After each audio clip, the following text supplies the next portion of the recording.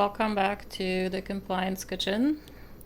Incredibly, this is episode number 100, and since we have such a nice round number today, I would love to say thank you to Tom Fox and to the Compliance Podcast Network, who graciously agreed to host Compliance Kitchen. And so most likely you guys discovered Compliance Kitchen through Tom's podcast network, which is, I believe, the only network that is dedicated solely to podcasting about a variety of compliance topics. And if you have not checked it out, I suggest that you do. There is a podcast on just about every compliance topic that you can think of.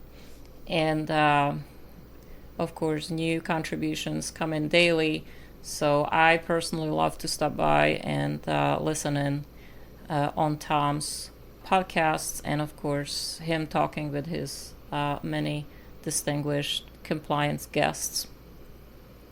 So thanks again to the Compliance Podcast Network and to Tom Fox. And with that, let's talk a little bit today about ransomware and virtual currency exchange sanctions. I thought that would be an interesting topic. So on September 21st, OFAC issued a press release, and this was in regards to them designating a virtual currency exchange, SUEX, OTCSRO, or SUEX, so that's SUEX, for complicit financial services.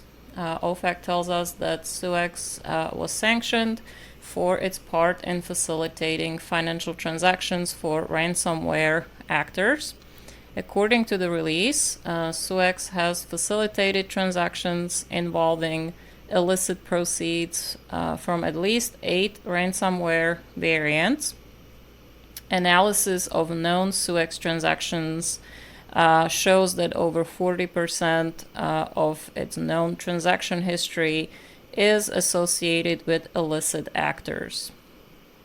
So OFAC tells us that the designation was under EO 13694 as amended. This was the executive order that talks about providing material support to the threat posed by criminal ransomware actors. And as part of the whole of government effort to counter ransomware, Treasury announced a set of actions that are focused on disrupting criminal networks and virtual currency exchanges that are responsible for laundering ransoms. And among other things, Treasury is encouraging the public to improve their cybersecurity and also to promptly report to both Treasury and law enforcement if there's an incident of ransom and ransomware payments. According to the Treasury release, ransomware attacks are increasing in scale, sophistication, and frequency. I would imagine this doesn't surprise you guys. And in 2020, ransomware payments reached over $400 million, which is more than 4 times the amount paid in 2019. The US government estimates that this number is a fraction, really, of the economic harm that is caused by cyber attacks. In the world of ransom cyber attacks, virtual currency exchange is a critical component. And so remember that the company mentioned at the beginning, SUEX, OFAC tells us that they are a virtual currency exchange.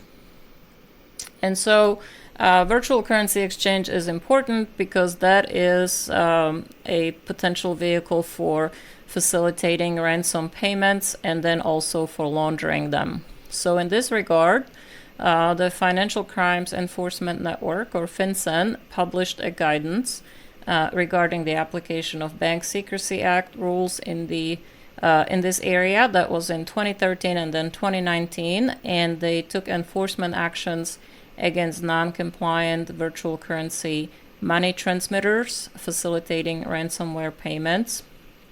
You may recall BTCE in 2017 and then Helix in 2020. And as a result of, kind of circling back to the beginning again to the designation of SUEX, of course, the property and interest in property of the company that are subject to U.S. jurisdiction are blocked, and U.S. persons are generally prohibited from engaging in transactions with them. Also, remember the OFAC 50% rule, so any entities 50% or more owned by a designated person are also blocked, and financial institutions and other persons that engage in certain transactions or activities with the sanctioned entities and individuals, of course, may expose themselves to sanctions or be subject to an enforcement action themselves. The release also clarifies that this action against SUEX does not implicate a sanctions nexus to any particular ransomware as a service or RAAS or variant. A little bit more on this topic. OFAC also updated its advisory on potential sanctions risks for facilitating ransomware payments. If you guys want to check that out, I do have a link for you on compliancekitchen.com. Treasury stresses that the government continues, of course, to strongly discourage the payment of cyber ransom or extortion demands. The updated advisory stresses the importance of improving cybersecurity practices and reporting to and cooperating with appropriate government agencies and law enforcement in the event of a cyber attack. OFAC also notes that parties that disclose timely can receive voluntary self-disclosure credit in the event a sanctions nexus is later determined. Countering ransomware benefits from close collaboration with international partners, and at the Group of Seven or G7 meeting in June, participants committed to working together to urgently address the escalating shared threat that criminal ransomware networks bring. The G7 is considering the risks surrounding ransomware, including potential impacts to the finance sector. And in June of 2019, the Financial Action Task Force, or FATF, amended its standards to require all countries to regulate and supervise virtual asset service providers, or VASPs, including exchanges, and to mitigate against such risks when engaging in virtual asset transactions. So countries are, among other things, of course, expected to impose customer due diligence requirements and suspicious transaction reporting obligations across the virtual asset service providers, which can help inhibit cybercriminals' exploitation of virtual assets, while also supporting investigations into these activities. Because profit-motivated cybercriminals must launder their funds somehow, the anti-money laundering regiments are a critical choke point in countering and deterring their criminal activity. Of course, the U.S. and its foreign partners are currently working on implementing these Financial Action Task Force requirements from 2019. So, couple of links for you guys. If you visit compliancekitchen.com, I have a link to identifying information to SUEX, which is the entity that was sanctioned or listed by OFAC, and that was the subject entity to the press release. And also, I have a link for OFAC's frequently asked questions on virtual currency.